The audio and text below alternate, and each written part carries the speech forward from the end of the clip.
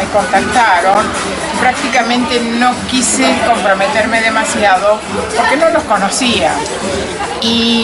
Pero bueno, dije, la iniciativa es muy buena, es la primera vez que se hace, ¿por qué no vengo a Belleville? Y me vine. Y oh sorpresa, me encuentro con Caballero, con todo este grupo de personas que además de ser excelentes, tienen un humor que toda tarea se hace muy agradable. Y bueno, y ahí después me hablaron de hacerme socia honoraria y yo dije, no, porque no conocía un poco y después dije, ay, qué alegría ser socia honoraria de un grupo que realmente trabaja y trabajó muy bien.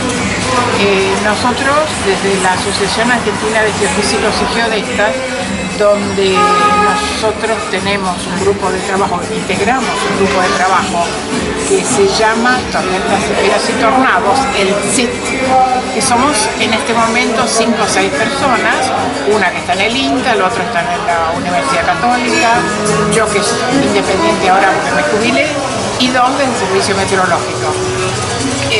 Con ellos estamos armando el primer simposio de tormentas severas que va a haber en el país y se va a hacer en San Juan el 5 de noviembre del 2014. Justamente hace una semana mandamos la primera circular para invitar a todas las disciplinas que tengan algo que ver con lo que es las emergencias en el caso de tormentas severas o tornados. Y en este caso la Fundación Ecosur. El reglamento que se hizo acá, casa por casa, ¿qué opinión le merece? Bueno, justamente es una cosa que yo siempre soñé, pero nosotros no podemos perder tanto tiempo casa por casa y viendo qué es lo que pasó, porque no somos ingenieros. Nosotros lo que nos interesa, si hablamos con las personas, es más bien para saber qué fenómeno fue, porque de la declaración de los testigos nosotros compaginamos el tipo de fenómeno.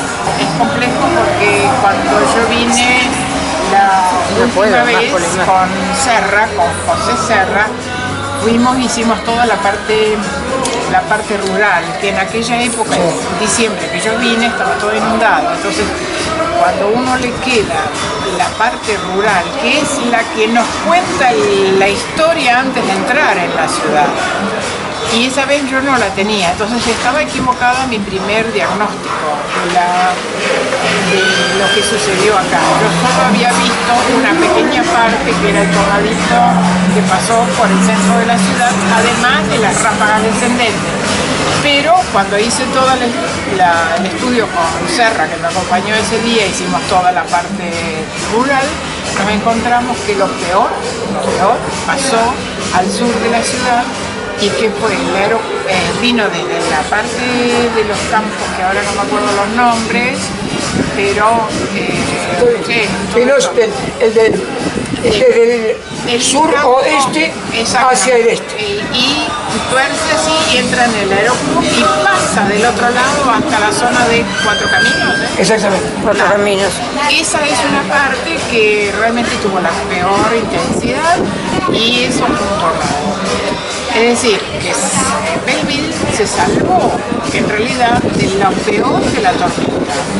¿Esto es algo que para usted puede repetirse? Sí, en estos momentos sí.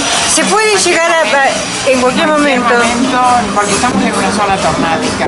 Tormentas severas o tornados hay en toda la República hasta Río Negro. Pongámosle, la Patagonia tiene poca gente, entonces no conocemos muy bien, y además la parte de tormentas no es tan común allá. No, la gente cuando hay un trueno allá en la Patagonia o un rayo le parece algo excepcional, en cambio nosotros no. La Villa General Belgrano, al norte, quiero decir, en el Valle de Calamuchita, entre un poquito más de la cumbrecita, ocurrió el 22 de noviembre, ustedes escribieron un mes más tarde, apenas un mes más tarde, un tornado que tenía fácil 280 kilómetros por hora.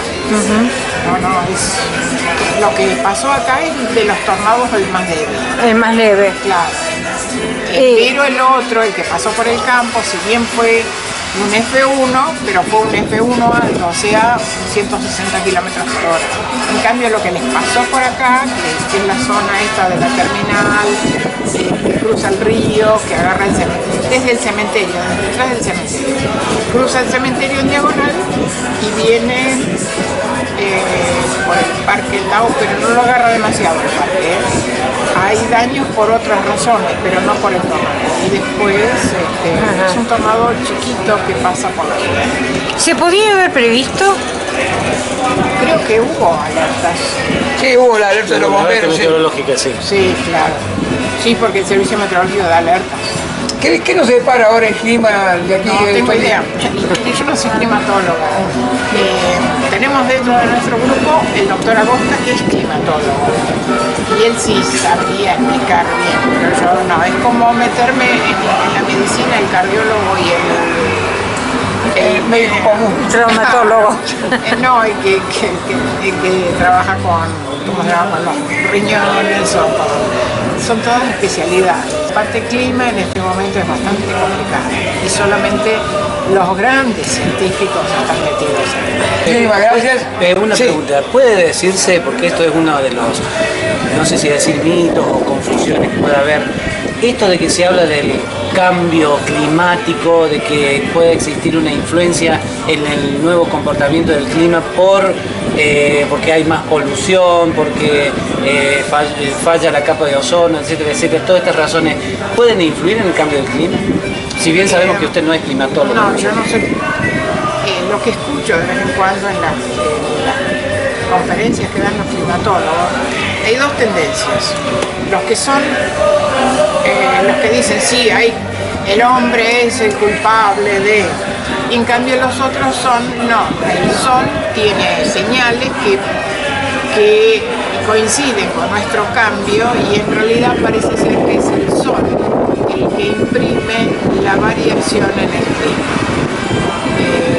clima, pero no la variación de un año a otro, sino de 100 años, ¿no es cierto?